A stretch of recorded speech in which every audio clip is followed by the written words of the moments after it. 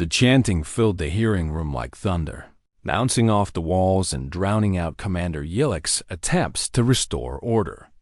Danny looked around at the sea of human faces, all of them unified in their refusal to let this injustice stand.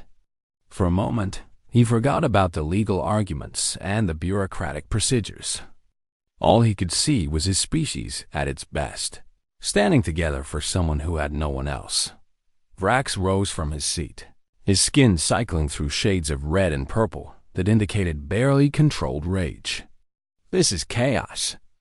This is a legal proceeding, not a demonstration. I demand that security remove these humans immediately. Commander Yilek signaled to his officers, but Chief Hendricks stepped forward instead.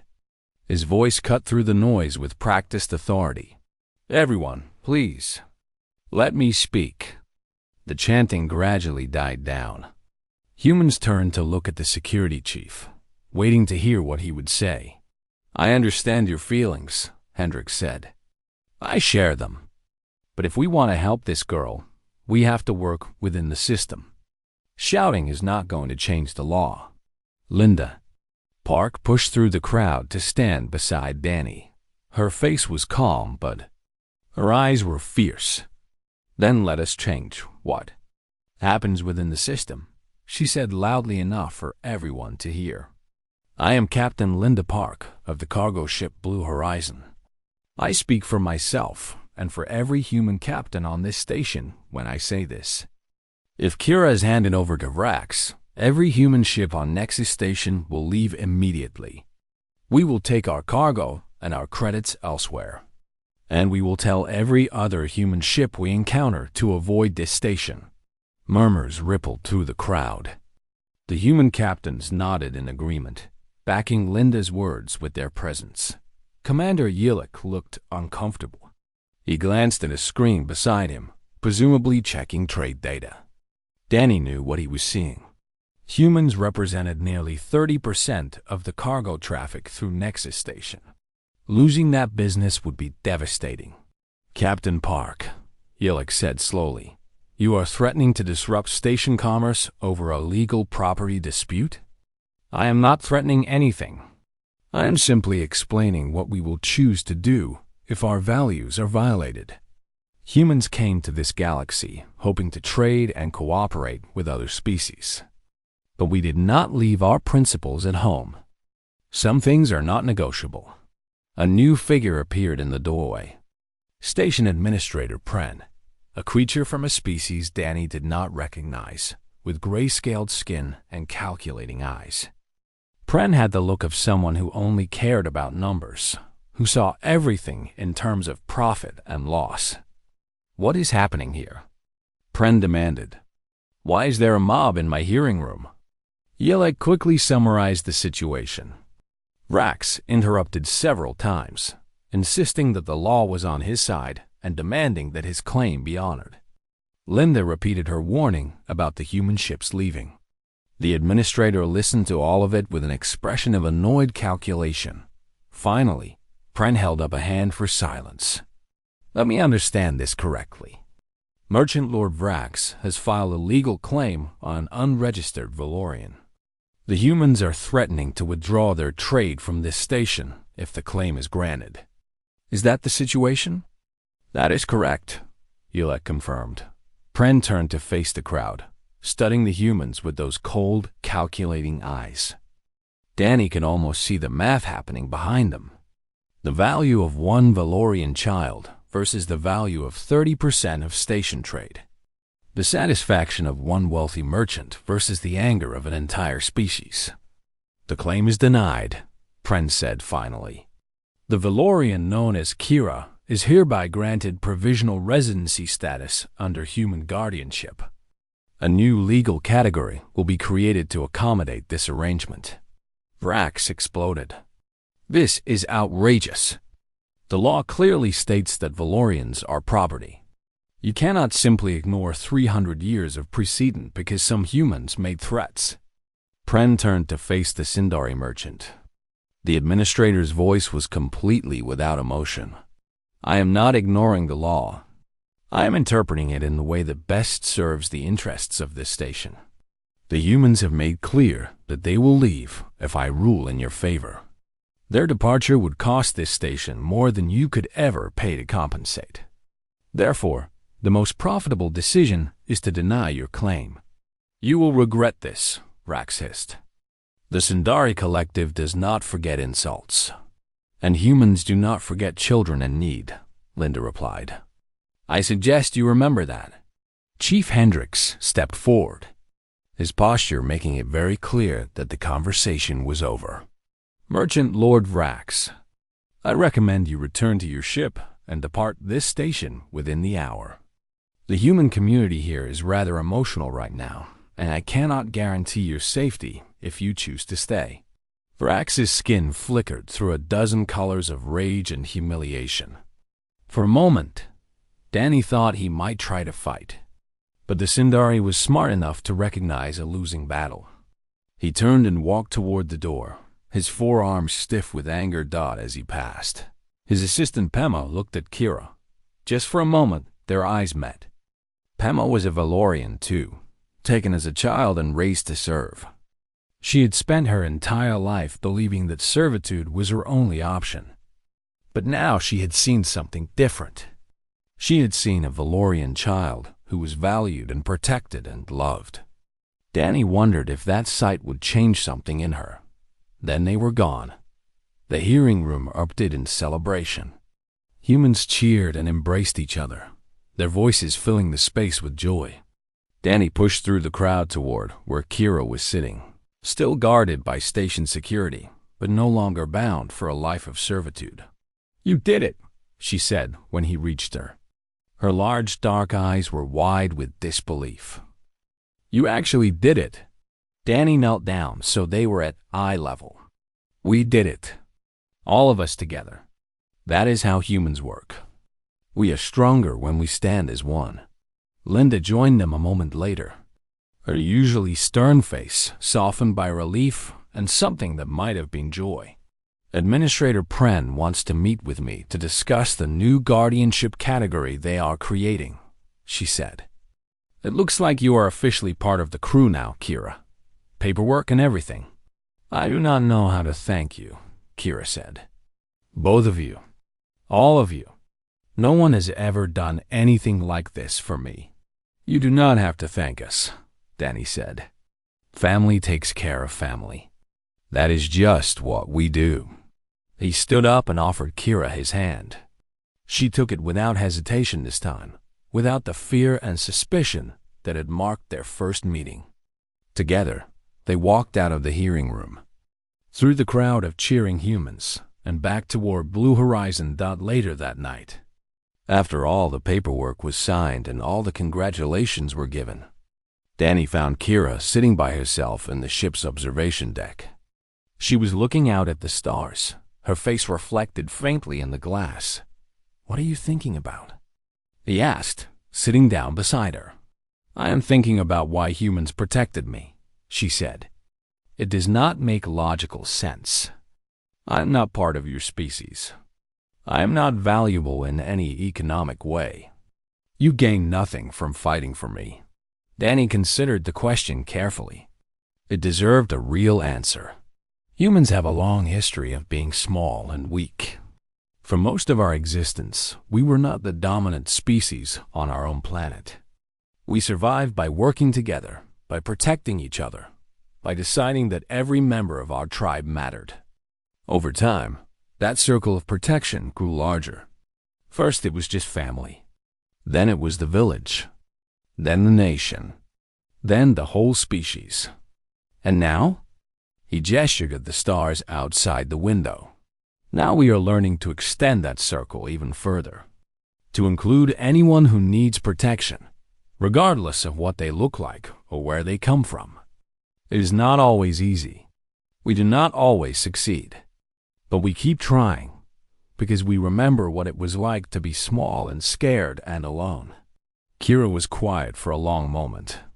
Then she spoke, her voice soft. On Nexus Station, they taught me that honesty was weakness, that telling the truth would only hurt me, but I could not change what I was. I could not learn to lie. So I thought I would always be at a disadvantage. Always be the one who lost, because I could not play the games that everyone else played. She turned to look at Danny, and there was something new in her eyes. Understanding. But you showed me something different. You showed me that honesty can be valued. That there are people in this galaxy who will protect the truth instead of exploiting it. I did not know such people existed. Danny smiled. Neither did we sometimes. It is easy to forget who you are when you are surrounded by people who think differently. But every once in a while, something happens to remind us. Someone like you comes along, and suddenly we remember what really matters. Linda appeared in the doorway. She was carrying a datapad with official-looking documents. Danny, the adoption paperwork just came through from Earth Colonial Authority. All we need is your signature. He took the pad and looked at the screen. His name, listed as legal guardian. Kira's name, listed as dependent. A new category that had never existed before. Created specifically because humans refused to accept that a child could be property. Danny signed without hesitation. There, he said, handing the pad back to Linda. It is official now. You are stuck with us, Kira. For the first time since Danny had met her, Kira smiled. Not a small, cautious smile, but a real one that lit up her whole face. I think I can accept that, she said. Blue Horizon undocked from Nexus Station. 2 weeks later, Blue Horizon returned to Nexus Station for a scheduled resupply. Danny had almost convinced himself that Rax had forgotten about them, that the wealthy merchant had moved on to other interests. He was wrong. Station security was waiting for them at the docking bay. 4 officers in gray uniforms stood at the bottom of the cargo ramp, their faces expressionless and professional. Leading them was a Krethian named Commander Yilek, a bureaucrat who answered to the station's commerce interests rather than to any sense of justice. We are here for the Valorian, Yilek said without any greeting. A legal claim has been filed on her as unclaimed property. She must be taken into custody pending review of the claim. Danny stepped forward, his fists clenched at his sides. She is not property. She is a member of my crew. Your opinion on her legal status is not relevant. The claim has been filed by Merchant Lord Vrax of the Sindari Collective. He has provided documentation proving that Valorians are classified as a servant species under galactic law. Until the claim is resolved, the subject must be held in the station's custody facility. Linda came down the ramp, her face hard with controlled anger. You cannot just take a child from us. There must be some process, some appeal we can make. There will be a hearing in 3 days, Yilek said. You are welcome to attend and present any arguments you have. But until then, the Valorian must come with us. Danny looked at the security officers. They were armed. They were prepared for resistance. He could see in their eyes that they would use force if necessary. Everything in his body screamed at him to fight, to protect Kira, to do whatever it took to keep her safe. But Linda put a hand on his arm and squeezed hard. Not like this, she said quietly. We cannot win a fight against station security. We need to be smart. He knew she was right. Fighting would only make things worse. They would arrest him and Linda, and Kira would still be taken. There had to be another way. Kira appeared at the top of the cargo ramp. She had heard everything from inside the ship. Her face was pale and her large dark eyes were filled with fear, but she walked down the ramp with as much dignity as a frightened child could manage. I will go with them, she said. I do not want anyone to get hurt because of me. Danny felt his heart breaking. This girl, this brave and honest girl, was willing to surrender herself to protect people she had only known for a few weeks. She was better than this galaxy deserved. We will get you out of this, he promised. I swear to you, Kira, we will not let them take you. She nodded, but he could see that she did not believe him. She had been let down too many times to trust in promises. The security officers escorted her away. Danny watched until she disappeared around a corner, then turned to Linda with desperate determination in his eyes. "What do we do?" "First, we find out exactly what we are dealing with," Linda said. "Then, we figure out how to fight it." They started with the station's human community. There were dozens of human ships docked at Nexus Station at any given time, crews who had traveled far from Earth to make their living among the stars. Danny and Linda visited every one of them, telling Kira's story. They told about the credit chip she had returned. They told about her honesty and her courage. They told about how Vrax wanted to turn her into property. The response was overwhelming. Humans who had grown hard and cynical after years in the galaxy found themselves moved by the story of a homeless girl who had chosen integrity over survival. They remembered their own values, the principles they had brought from Earth, and tried so hard to keep alive in a universe that did not share them. Danny also went to the security offices to find any ally he could. He found one in Chief Hendricks, a human who had worked station security for 20 years. Hendricks was a practical man who had learned to work within the system, but he still remembered what it meant to be human. "I wish I could help you more," Hendricks said. "But the law is clear. Valorians are not recognized as persons in most galactic jurisdictions. Vrax has every legal right to file his claim." "Then the law is wrong," Danny said. "Of course the law is wrong. Half the laws in this galaxy are wrong. They were written by species who see everything as property and transaction. But that does not change the fact that they are laws, and we have to work within them. So what can I do?" Hendricks thought for a moment. "At the hearing, you will be allowed to speak as the current possessor of the property in question. That is your legal standing. Use it. Make your case as strongly as you can. And bring witnesses. Bring as many humans as you can fit in that hearing room. The station administrators care about commerce above all else. If they see that ruling against you will anger the human trading community, they might think twice." Danny nodded and thanked him. It was not much, but it was something. The next 3 days passed in a blur of preparation. Linda coordinated with other human captains, organizing a show of support for the hearing. Danny practiced what he would say, trying to find words that could move hearts in a galaxy that seemed to have forgotten what hearts were for. The night before the hearing, he went to visit Kira in the custody facility. She was being held in a small room that looked more like a cage than a proper cell. She was sitting on a thin mattress, her knees pulled up to her chest, her large dark eyes staring at nothing. "Hey," Danny said through the barrier. "How are you holding up?" Kira looked at him and managed a small smile. "I am scared, but I am also grateful. No one has ever fought for me before. Even if this does not work, I want you to know that it means something to me." "This is going to work," Danny said. "We have a plan. The whole human community is coming to the hearing. We are going to show them that you matter. Why do humans care so much about strangers?" Danny thought about the question. It was something he had never really examined before. On Earth, helping strangers was just what you did. It was built into the culture, taught from childhood, reinforced by every story and tradition. But out here in the galaxy, that impulse seemed rare and strange. "I think it is because we remember being weak," he said finally. "Humans are not the strongest species. We are not the smartest or the oldest or the most advanced. For most of our history, we were small and vulnerable. We learned that the only way to survive was to work together, to help each other, to treat every human life as valuable. And somewhere along the way, we extended that circle to include anyone who needed help, not just our own kind." Kira considered this.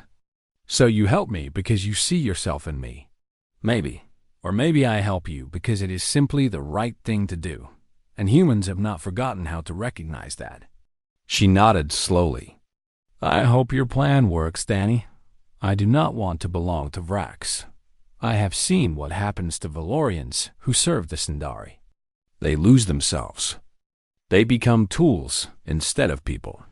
That will not happen to you, Danny promised. I will not let it. He stayed with her until the guards made him leave.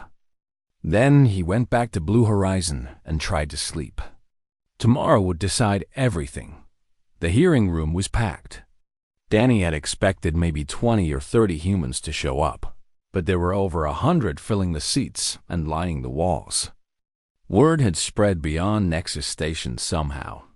Crews from ships that were just passing through had heard the story and come to bear witness. They were mechanics and cargo haulers and engineers and pilots, ordinary working people who had traveled across the galaxy to make their living. And they had all come to stand for one small Valorian girl. Vrax was already there when Danny arrived, his forearms folded in a posture of confident expectation. His assistant stood beside him, a Valorian woman named Pema, whose eyes were empty and distant in the way that came from years of servitude.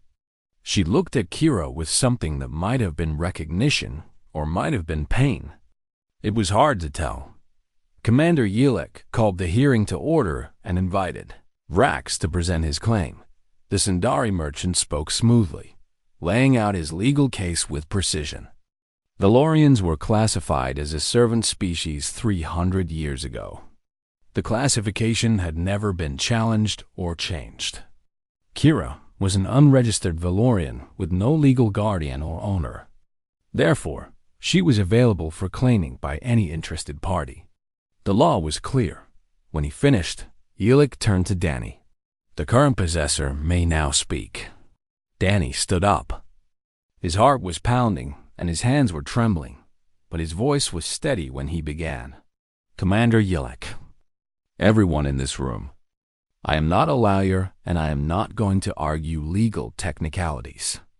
I am just going to tell you a story about a girl who chose honesty in a galaxy that rewards greed. He told them about the credit chip. He told them about the tunnels where Kira had survived alone for 6 months. He told them about her courage and her integrity and her stubborn refusal to take what was not hers even when she was starving. This girl had every reason to keep that money, Danny said. Every reason to look out for herself because no one else was looking out for her. But she did not do that. She ran through 3 levels of this station to return money that did not belong to her. Because that is who she is. That is what she believes in. He looked around the room at all the human faces watching him. If we hand her over to a man who sees her as property, we are telling the galaxy that honesty does not matter, that integrity is worthless, that the only thing that counts is power and money. 3 weeks passed and Kira began to feel like she belonged somewhere. She learned the layout of Blue Horizon quickly, memorizing every corridor and compartment. She helped Danny with cargo inventory and assisted Linda with cleaning the common areas. She was careful and thorough in everything she did because she wanted to prove that she was worth keeping around. The crew grew fond of her in ways they did not expect. Danny discovered that she had a talent for organizing supplies, always knowing exactly where everything was stored. Linda found herself enjoying their quiet conversations during the night watch, when Kira would ask questions about Earth and humans and why they did things the way they did. The girl was curious about everything, and her questions were always honest and direct. That directness sometimes caused problems. Valorians could not lie, which meant Kira said exactly what she was thinking at all times. When a port inspector asked if Blue Horizon was carrying any undeclared cargo, Kira immediately answered that she did not know because nobody had told her. The inspector found this response suspicious and searched the ship thoroughly. They found nothing illegal, of course, but Linda had to explain to Kira that sometimes it was better to stay quiet. I cannot lie, Kira said. It is not possible for me. I know, Linda replied, but you can choose not to speak at all. That is different from lying. Kira thought about this for a long time. The idea that silence and deception were different things was new to her. On Nexus Station, everyone assumed that anyone who was not talking was hiding something. But Linda was teaching her that there were shades of honesty, ways to protect yourself without betraying your principles. They were docked at a transfer station in the Outer Ring when trouble found them. Blue Horizon was scheduled to exchange cargo with a larger vessel called the Gilded Fortune, a luxury trade ship that carried expensive goods across the galaxy. Its owner was a Sindari merchant named Vrax who had built his boss. Fortune on deals that always seemed to benefit him more than anyone. Danny was supervising the cargo transfer when Vrax himself came aboard to inspect the delivery. The Sindari were tall beings with 4 arms and skin that shifted colors based on their mood. Vrax's skin was currently a satisfied gold, the color of a predator who had just spotted prey. He walked through the cargo bay slowly, examining each crate with careful attention. Then he saw Kira. She was sitting in the corner, organizing a box of spare parts that Linda had asked her to sort. She did not notice Vrax at first, focused entirely on her task.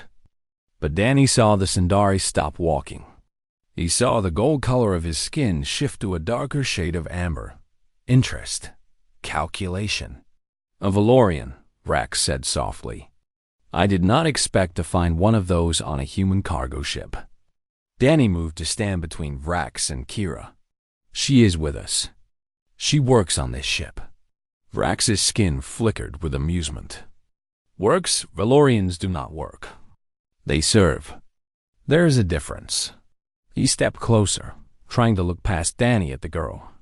Where did you find her? That is not your concern. Perhaps not. But I am curious. Valorians are rare these days. Most of them are already owned by families who value their unique qualities. Vrax smiled in a way that made Danny's skin crawl. Their inability to lie makes them perfect servants. You always know they're telling you the truth. You never have to wonder if they are stealing from you or plotting against you. They are incapable of deception.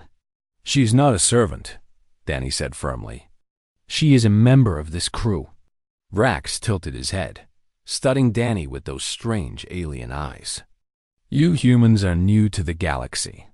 Perhaps you do not understand how things work out here. That girl is property. What is it worried? Unclaimed property, by the look of her. I would be willing to purchase her from you for a reasonable price. Danny felt anger rising in his chest. She's not for sale. Everything is for sale. That is the first rule of commerce. Vrax reached into his robe and produced a credit chip. I will give you 50,000 credits. That is far more than a Valorian child would normally cost, but I am in a generous mood. No. Vrax's skin shifted to a pale orange. Confusion. No? Do you understand how much money that is? You could buy a new ship with that amount. You could retire to any planet you choose. I said no. She's not property. She is a person. And she is not for sale at any price. Something moved in the doorway behind them. Danny turned to see Kira standing there, her large dark eyes wide with fear. She had heard everything. She knew what Vrax wanted. Ah, Vrax said, his skin returning to gold. There she is. Tell me, little one, would you not prefer to live on a luxury ship rather than this rusty cargo hauler? I could give you fine clothes and good food and a comfortable place to sleep. All you would have to do is serve me faithfully. Kira looked at Danny, then at Vrax. Her voice was steady when she spoke. The humans treat me like family. You want to treat me like property. The choice is not difficult. Vrax's skin flashed red for just a moment. Anger. He was not used to being refused by anyone, let alone a child. But he controlled himself quickly, returning to his smooth gold color. Very well, he said. I respect your loyalty, misguided as it may be. But I should warn you, human, refusing a Sindari merchant has consequences. We have long memories and longer reach. He turned and walked off the ship, his forearms folded behind his back in a posture of offended dignity. Danny watched him go, his heart pounding with a mix of anger and fear. He had just made an enemy. A powerful, wealthy, connected enemy. And he had done it without hesitation, because some things were more important than safety. Linda appeared from the cockpit, her face grim. "I heard everything. We need to talk." They gathered in the common room, all three of them sitting around the small table where they usually shared meals. Kira was trembling slightly, her thin blue hands gripping the edge of her seat. "I should leave," she said quietly. "I am putting you in danger. Rax will come back. He will cause trouble for you. I do not want that." Danny reached across the table and took her hand. "Listen to me carefully, Kira. You are not going anywhere. Do you understand? But I am not worth the trouble. I am just one person. One Valorian. I am not important enough to fight for." "That is where you are wrong," Linda said. Her voice was softer than Danny had ever heard it. "You are worth exactly as much as anyone else. Your species, your legal status, none of that matters. What matters is that you are a child who was alone in the galaxy, and you still chose to be honest, when it would have been easier to be selfish. That makes you more valuable than all the credits on Rax's ship." Kira blinked rapidly. Her species did not cry the way humans did, but Danny could see the emotion in her eyes. She was trying to understand something that did not fit her experience of the galaxy. "Why do you care about me?" she asked. "We are not the same species. We are not related by blood. What is family to you, if not those things?" Danny thought about the question carefully. It deserved a real answer. "Family is the people who choose you," he said finally. "The people who decide that you matter to them, not because they have to, but because they want to. Blood does not make family. Choice does. And I am choosing you, Kira. We are choosing you." Kira was silent for a long moment. Then she nodded slowly, accepting the words, even if she did not fully understand them yet. Linda stood up and walked to the cockpit. "I am going to make some calls. We have friends on other ships. Human ships. If Rax wants to cause trouble, he should know that he is not just dealing with one old cargo hauler. He's dealing with all of us." She disappeared through the door, leaving Danny and Kira alone. "Thank you," Kira said quietly, "for not selling me. For not letting him take me." Danny squeezed her hand. "You never have to thank me for that. Some things are not negotiable. You are one of them." Outside the ship, the gilded fortune detached from the docking port and drifted away into the darkness of space. But Danny knew this was not over. Rax would be back. And when he came, they would need to be ready. Danny could not sleep that night. He lay in his small bunk on the cargo ship Blue Horizon and stared at the ceiling, thinking about Kira. After dinner, he had walked her back to the entrance of the maintenance tunnels. She had thanked him for the food and disappeared into the darkness like a ghost. He had wanted to stop her, to offer her somewhere better to sleep, but he had no authority to make that kind of promise. The ship was not his. He was just a cargo hauler. The next morning he woke up early and went straight to Captain Linda Park. She was in her 50s with gray streaks in her black hair and a face that had seen too much of the galaxy's ugliness. She had been running cargo ships for 30 years, and there was very little that surprised her anymore. Danny found her in the cockpit, drinking coffee and reviewing their next delivery schedule. "Captain, I need to talk to you about something," he said. Linda looked up from her screen. She could tell from his voice that this was serious. "Sit down, Danny. What is going on?" He told her everything. The dropped credit chip. The homeless girl who had chased him through 3 levels to return it. The meal they had shared. The tunnels where she was living alone. By the time he finished, Linda's coffee had gone cold in her hands. "Let me understand this correctly," she said slowly. You want to bring a homeless alien child onto my ship. Just temporarily, Danny said. Until we can figure out something more permanent. Linda shook her head. Danny, I've been doing this job for a long time. I have seen people take in strays before. It always leads to trouble. Legal trouble, financial trouble, personal trouble. We are not equipped to care for a child. She returned my entire month's wages, Danny said. She had nothing. She was starving. And she still gave it back because it was the right thing to do. When was the last time you saw anyone in this galaxy do something like that? Linda was quiet for a moment. She could not argue with his point. Honesty and integrity were rare out here.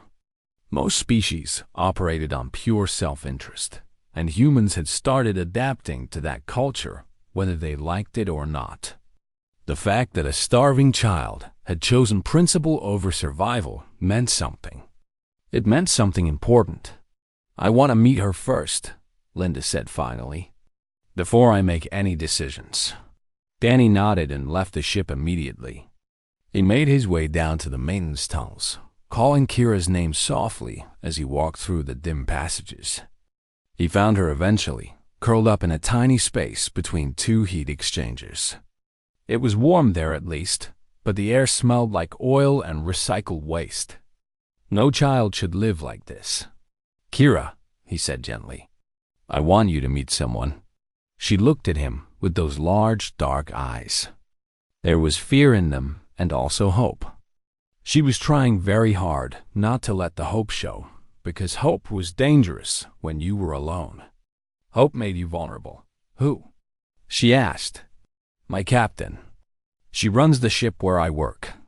I asked her if you could stay with us for a while. Why would she let me stay? Danny smiled. Because I told her about you. About what you did. She wants to meet the girl who chose honesty in a galaxy of greed. Kira followed him out of the tunnels and through the station to the docking bay where Blue Horizon was parked.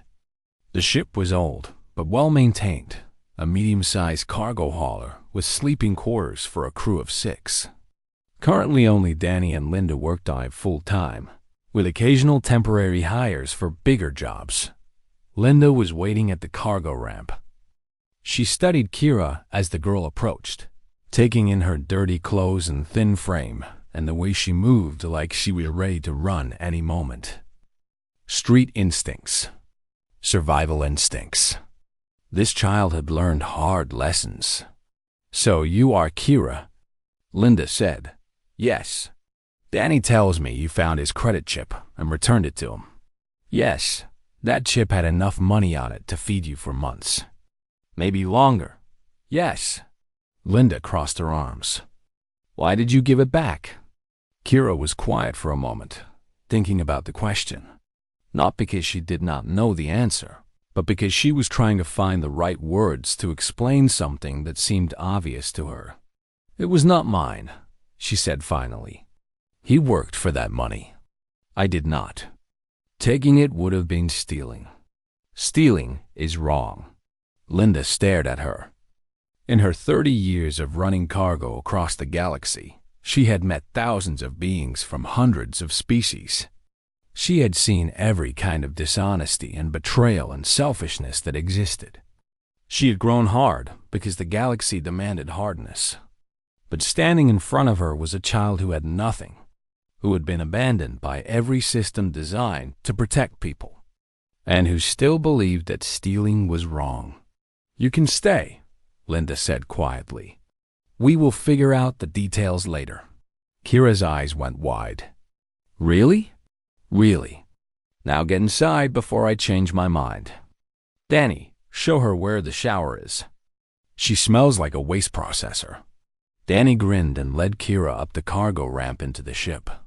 He showed her the small bathroom and gave her clean clothes that were too big but would work for now.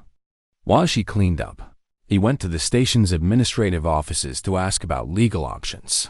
The offices were staffed by Crethians, a species that seemed to exist only to create and enforce bureaucracy. Danny found a supervisor named Torval and explained his situation. He wanted to know about adoption or guardianship, protocols for alien orphans. Torval stared at him like he was speaking a foreign language. Then the Krethian started laughing. "You want to adopt a Valorian?" Torval said between chuckles. "Humans are truly strange creatures. What is so funny about that?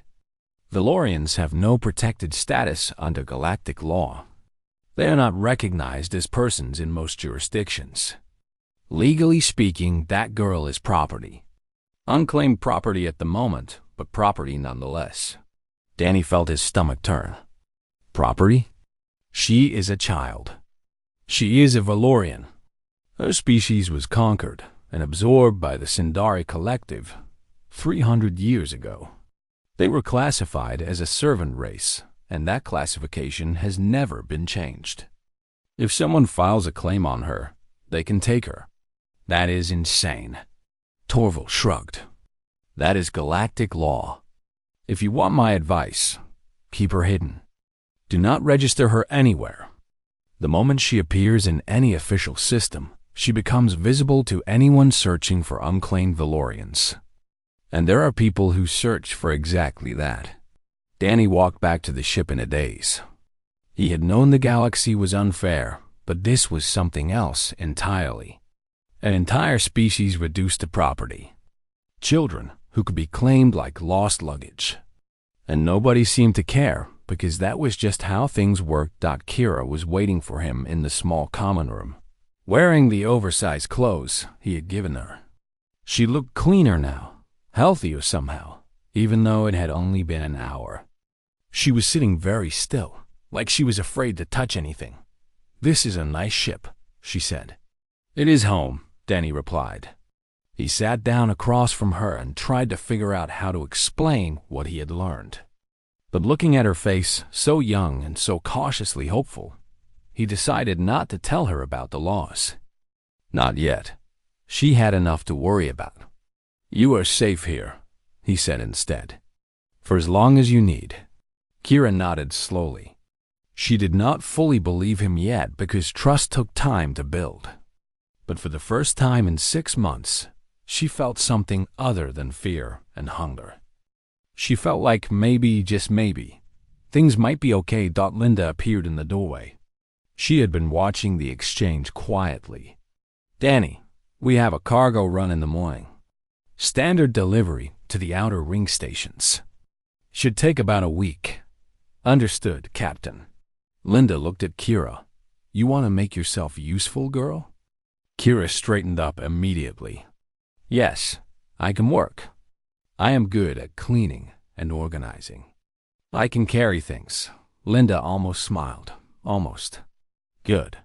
We will find something for you to do. Everyone on this ship earns their keep."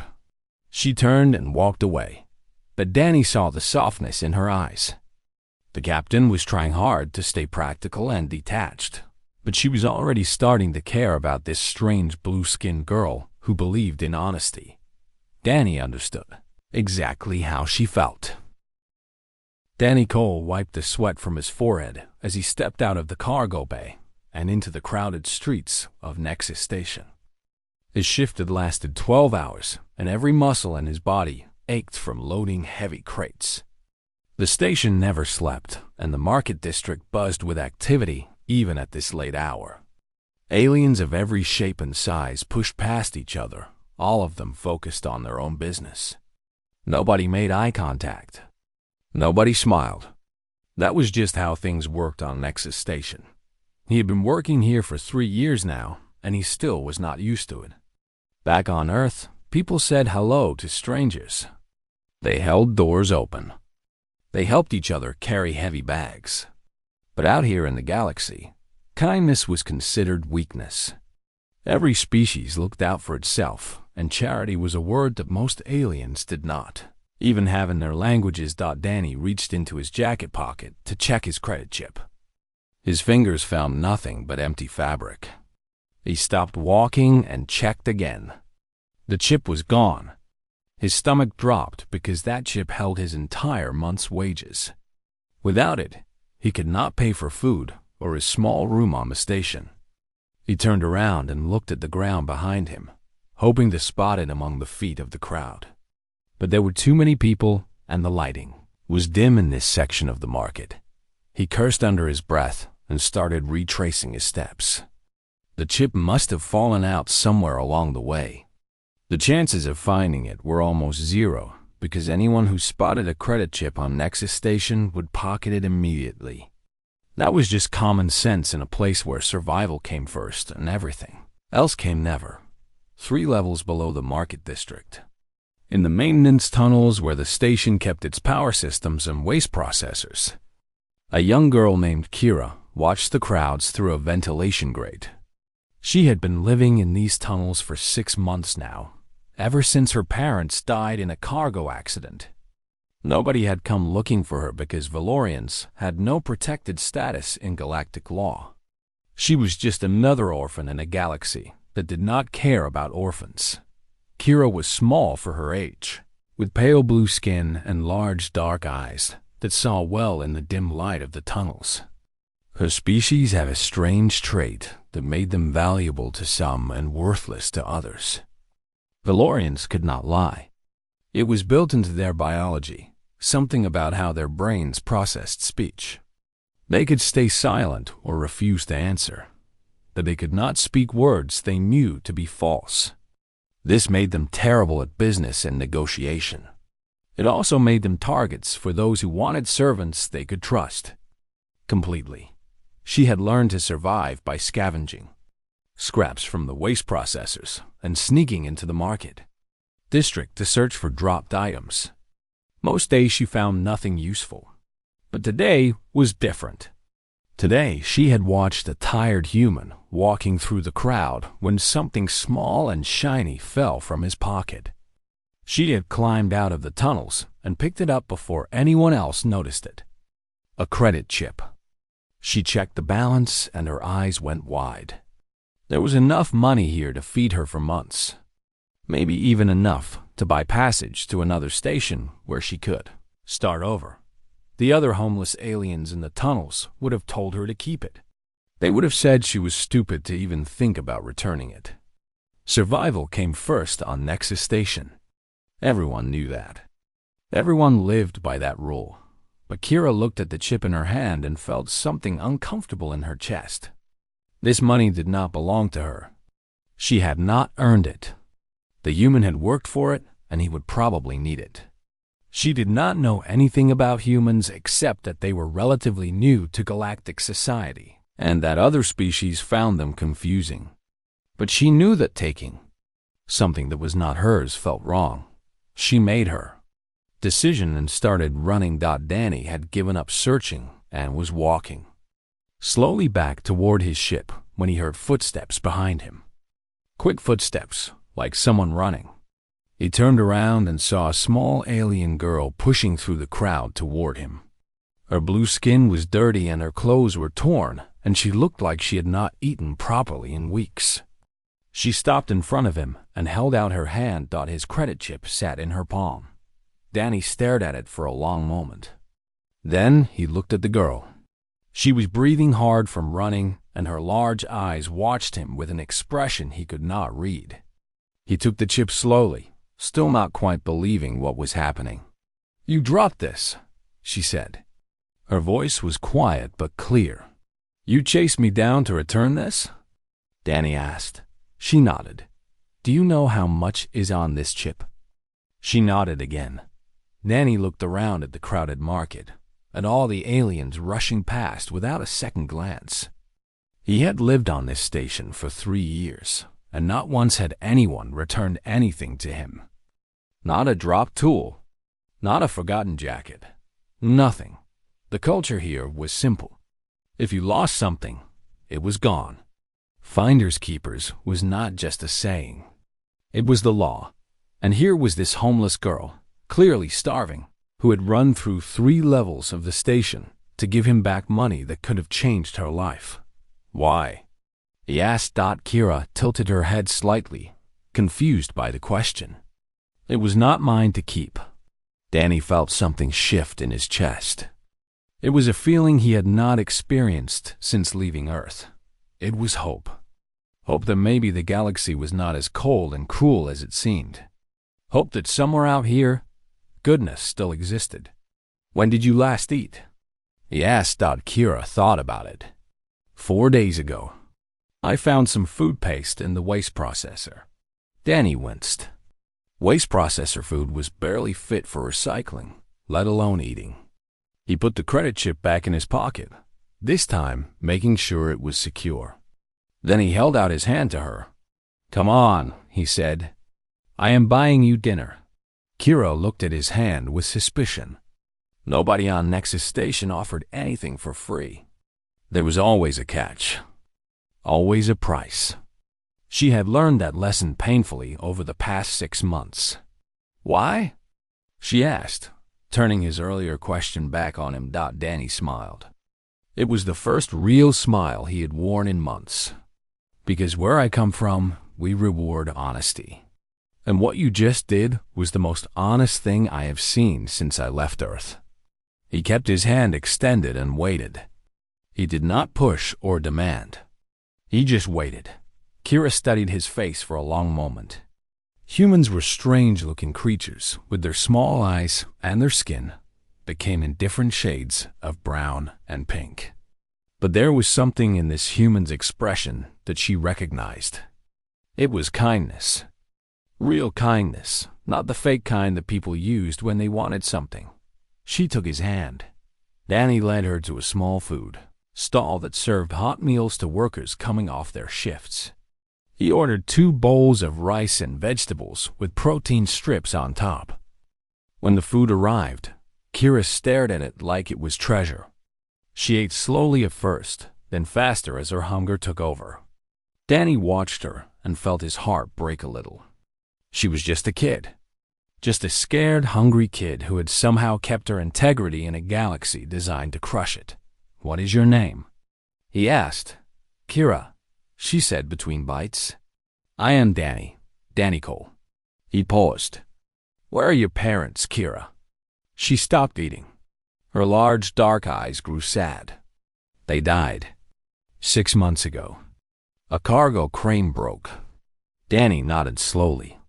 Accidents happened all the time on stations like this.